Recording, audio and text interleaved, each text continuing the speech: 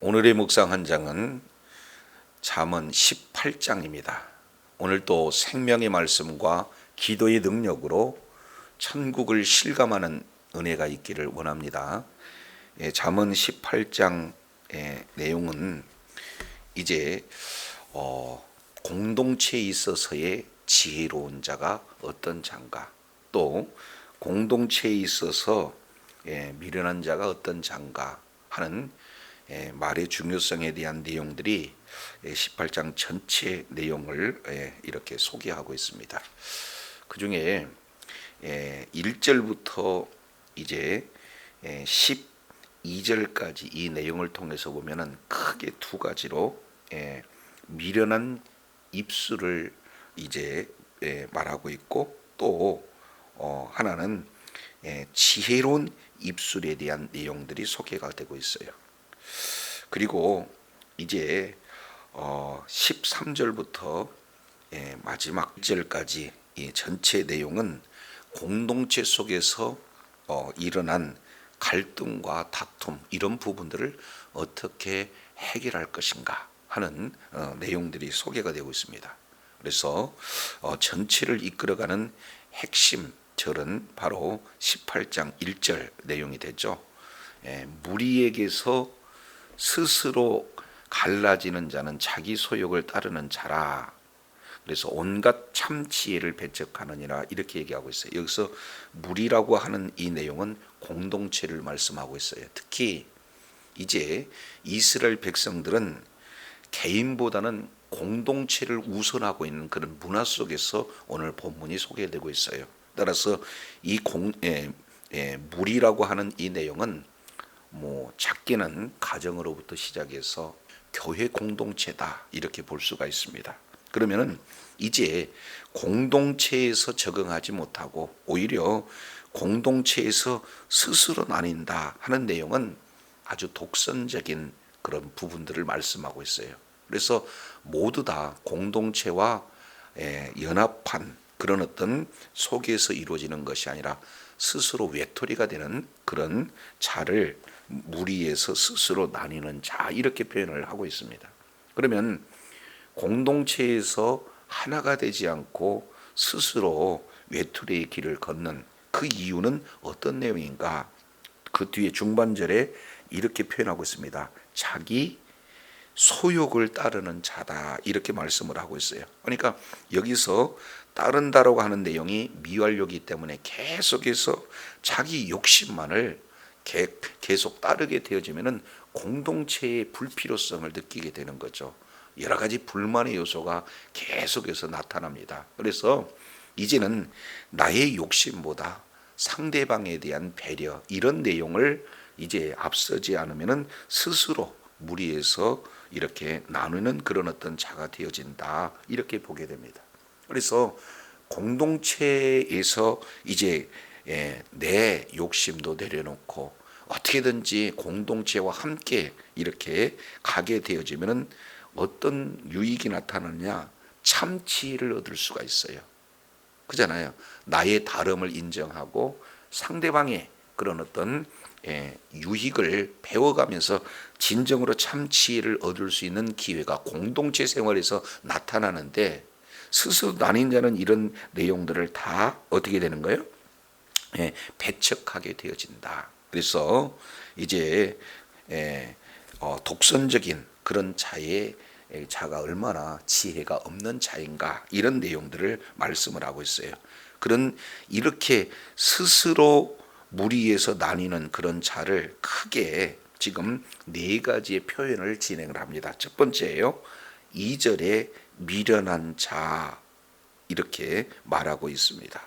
그리고 두 번째 내용을 통해서 보면은 3절에 그런 자를 악한 자, 이런 표현을 하고 있죠.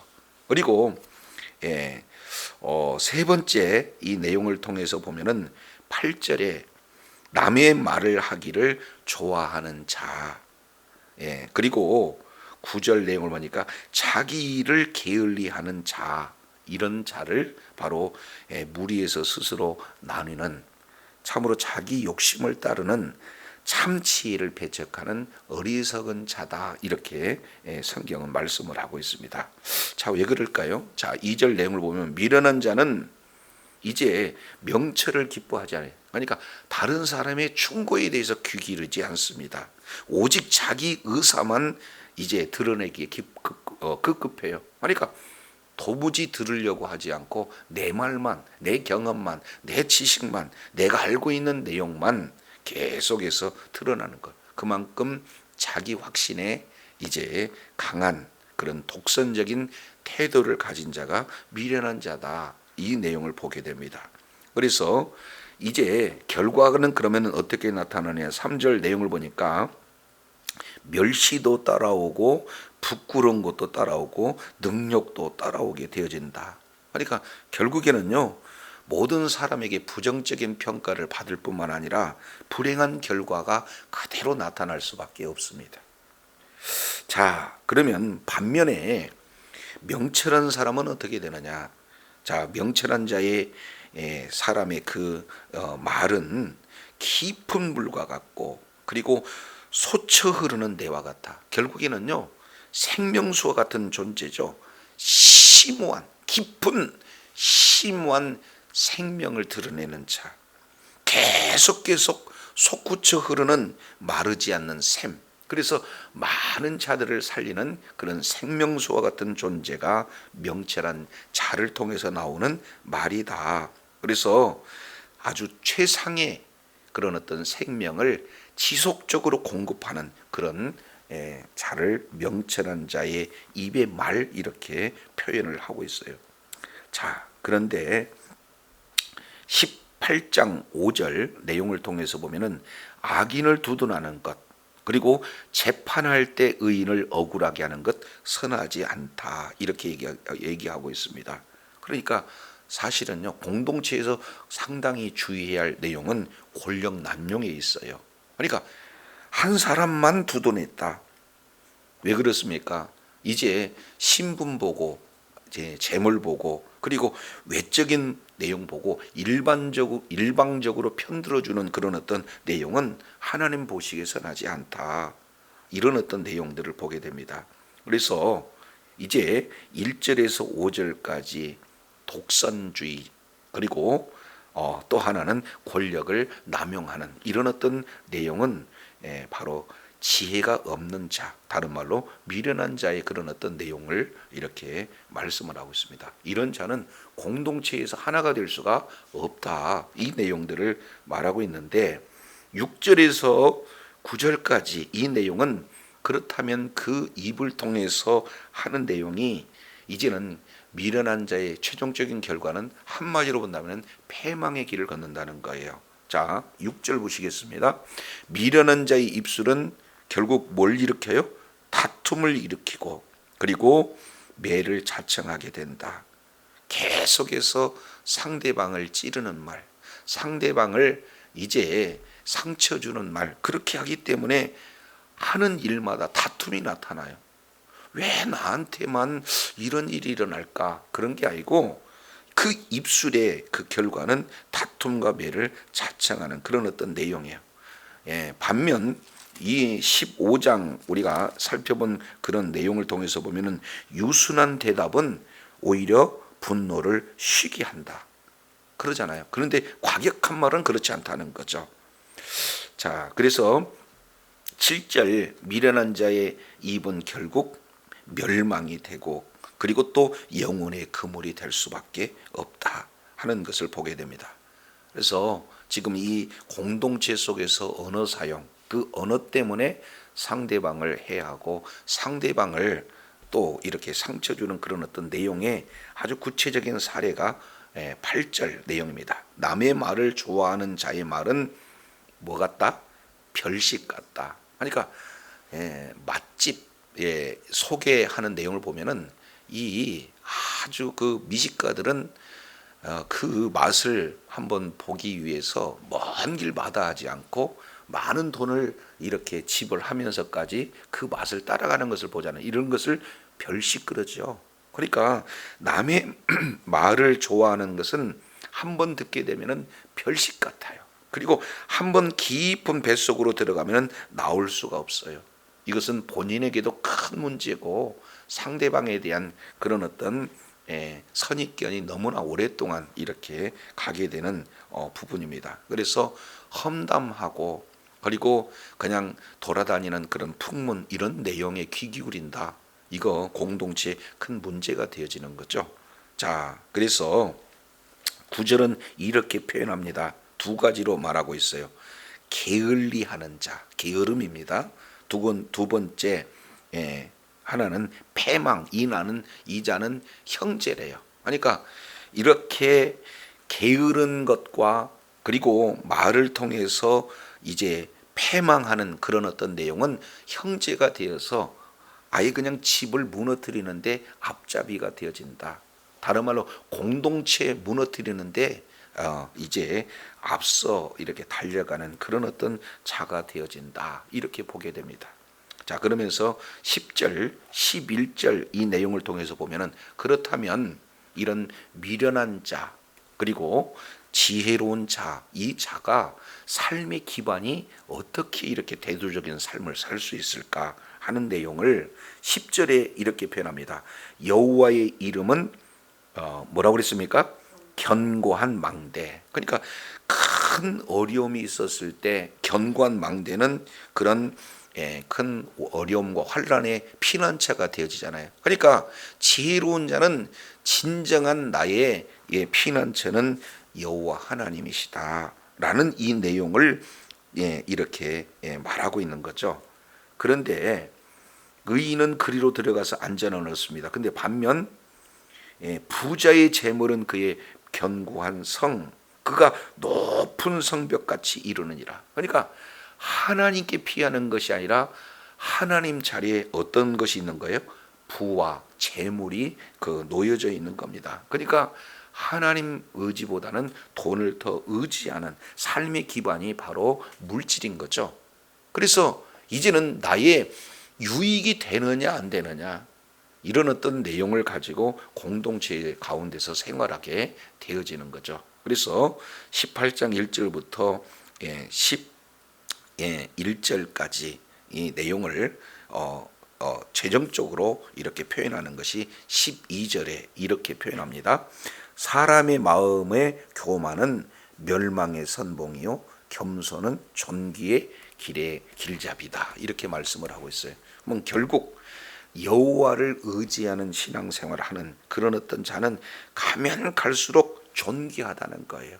반면 마음의 교만, 그 내용은 이제 나만 옳고 독선적이고 결국에 내 욕심 따라가고 그리고 결국에는요 부와 재물을 의지하는 그런 자가 하나님 아닌 이제 자기 자신의 그런 어떤 경험과 물질을 의지하는 그런 자를 한마디로 교만한 자 그래요. 그래서 교만과 겸손 이 내용이 결국에 멸망의 길을 걷느냐 아니면 존귀한 자가 되어지느냐 이 내용의 최종적인 결론이라는 거예요. 자, 그렇다면 우리가 공동체에서 그러면 어떻게 해야 이제 이 공동체가 아름다운 공동체가 되어야 될 건가? 가정이 되어지고 또 교회가 되어지고 그리고 이제 여러 가지 직장 생활을 할 수 있을까 하는 내용은 13절부터 이렇게 말씀하는데 13절 보세요. 사연을 듣기 전에 대답하는 자는 미련하다. 그래서 욕을 당한다. 그러니까 상대방의 대화를 다 들어보기도 전에 이미 다 알고서 모든 것을 평가하는 그런 어리석은 자, 이것을 미련한 자 이렇게 얘기합니다. 굉장히 조급한 그런 어떤 내용이죠. 근데 공동체의 유익이 되고 특히 하나님 앞에 존귀하게 쓰임받는 지도자들의 그런 내용을 통해서 보면 어떤 자입니까? 상대방의 말을 잘 들어주는 자예요. 그래서 이제는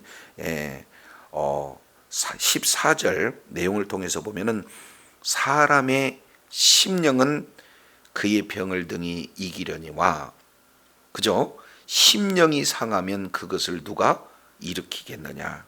그러면 결국 이제는 대화의 그런 굉장히 중요한 내용들을 지금 이렇게 말씀을 하고 있는데 이제 어제 사람의 말을 계속해서 무시하고 들어주지 않게 되어지면은 마음 가운데 큰 소외감을 느끼잖아요. 그러면은 점점 심령이 상하게 되어져요. 그러면 뭘로 연결이 되냐면 병으로 이렇게 나타나게 되어져요. 그러면은 일어날 수가 없습니다. 근데 반면 이제 사람의 말을 충분히 들어주고 그리고 불만을 해소해주고 이렇게 되면은 그 영혼은 어떻게 됩니까? 계속해서 살아나는 거예요. 예, 부부간에도 건강한 부부 내용을 통해서 보면은 서로 소통이 잘 되는 부부, 그런 부부가 이제는 건강한 부부잖아요. 그래서 여기는 영적인 것, 특히 이제 마음이 어떠하느냐 하는 그런 상태에 따라서 질병하고 연결이 되어진다. 이 부분들을 이렇게 말씀을 하고 있습니다. 그래서 결국에는요, 뭐 요즘에는 심령 치료도 나타나고 그리고 마음이 약이다 이렇게 표현까지도 하잖아요. 그만큼 이 심령 상태가 중요한데 그것은 무엇으로 나타나느냐?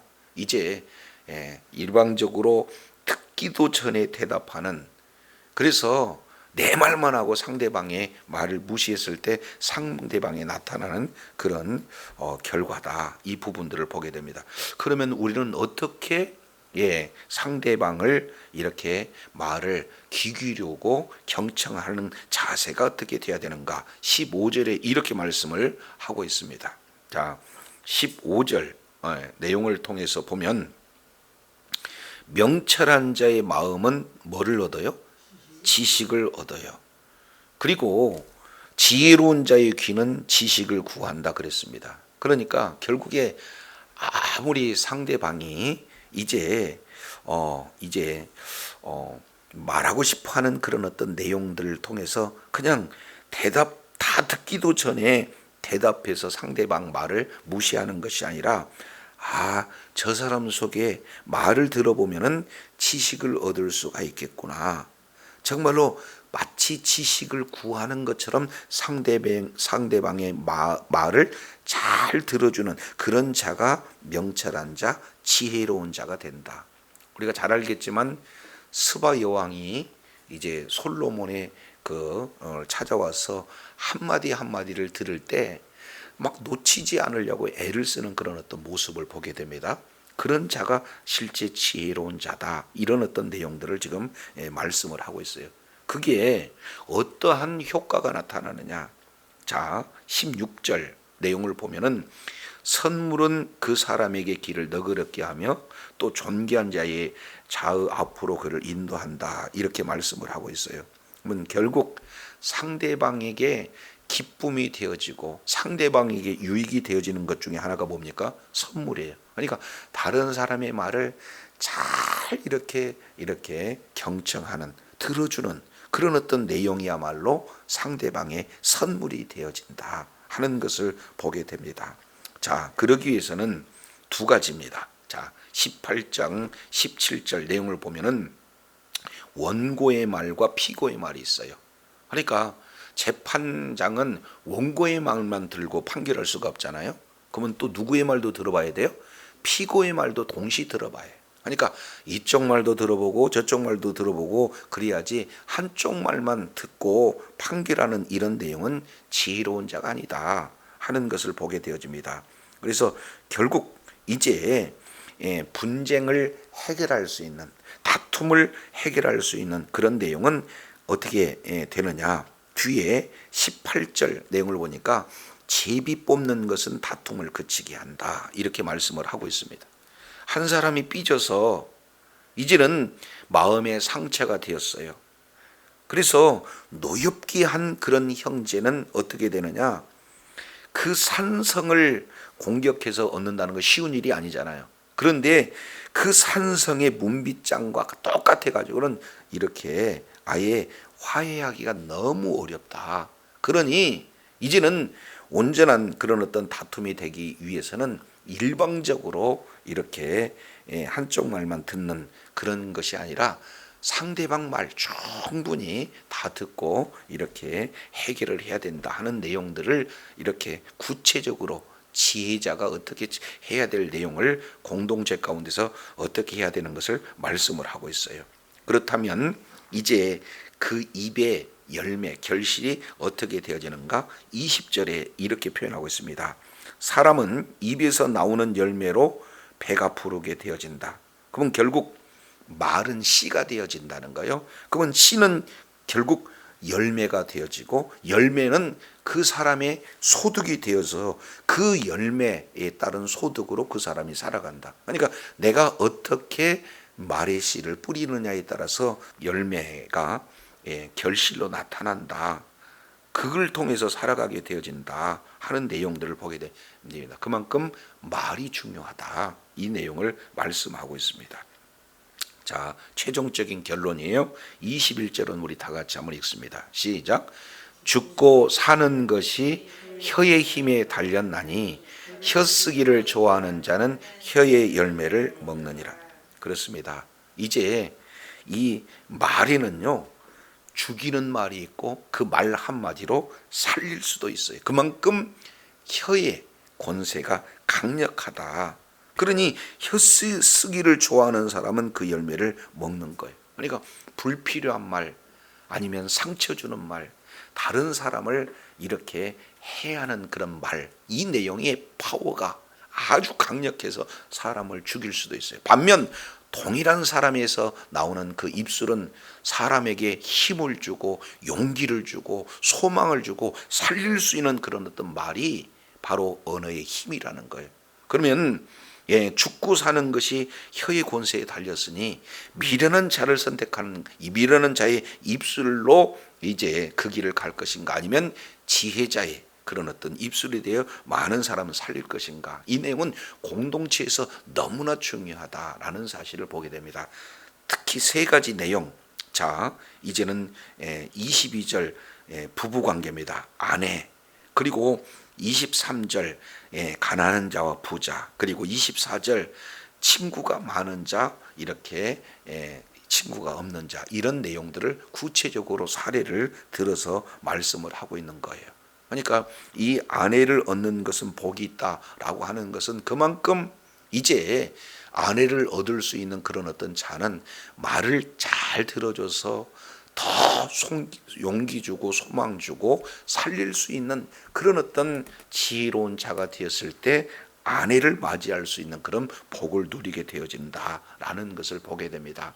그리고 가난하든 부하든 그 말의 그런 어떤 태도가 얼마나 이렇게 중요한가 하는 부분들을 이렇게 말씀을 하고 있어요. 친구들도요, 말을 잘 들어주고, 그러죠?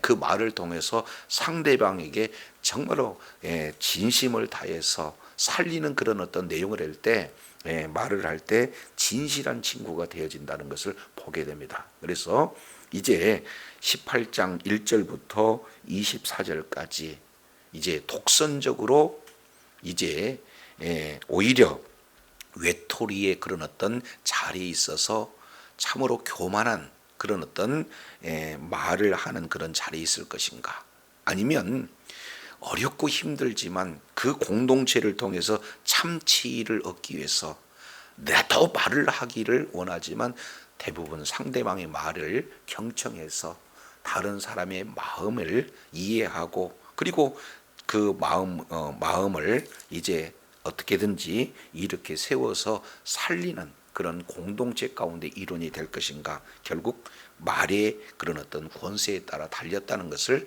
오늘 잠언 기자는 말씀하고 있습니다. 저와 여러분, 우리 혼자 살 수 없어요. 더불어 살아야 됩니다. 공동체 속에서 나예요. 나 혼자 있을 수는 없습니다. 그래서 이런 지혜로운 입술이 되어서 나도 살고 많은 사람도 살려서 아름다운 공동체 가운데 가정이 되어지고 교회가 되어지고, 그리고 모든 생업터전에서 이제 직장 생활도 잘 이렇게 지혜로운 그런 삶이 되어 하나님 앞에 존귀하심 받는 그런 은혜가 있기를 원합니다. 기도하겠습니다. 하나님 아버지, 잠언서 이제 18장 내용을 통해서 지금까지 지혜로운 자의 지혜로운 삶에 대한 내용들을 말씀하시고, 특히 18장에서는 이제는 공동체 가운데서 어떤 자가 지혜로운 자인가, 크게 이제 언어 생활을 중심으로 말씀하고 있습니다. 이제 미련한 자의 입술과 지혜로운 자의 입술, 그리고 궁극적으로는 그 언어를 통해서 살리기도 하고 또 주기도 하는 그런 내용으로 건강한 공동체가 되어지는가, 아니면 참으로 이제 여러 가지 힘든 공동체가 되어지는가 하는 내용들을 오늘 또 말씀을 통해서 일깨워 주셨사온즉, 이제 같은 말이라도 소망 주고 힘 주고 그리고 살리는 그런 권세, 혀의 권세를 통해서 참으로 아름다운 이제 신앙 공동체 속에서 하나님 앞에 존귀하게 쓰임받는 복된 한 사람 한 사람들이 되어지도록 은혜 베풀어 주옵소서. 생명의 말씀을 전함으로 말미암아 풍성한 결실이 계속해서 소득으로 드러나고, 이를 통해서 더 아버지 하나님 풍성한 은혜 가운데 거하게 하여 주옵소서. 우리 구주 예수님 이름으로 기도드립니다. 아멘.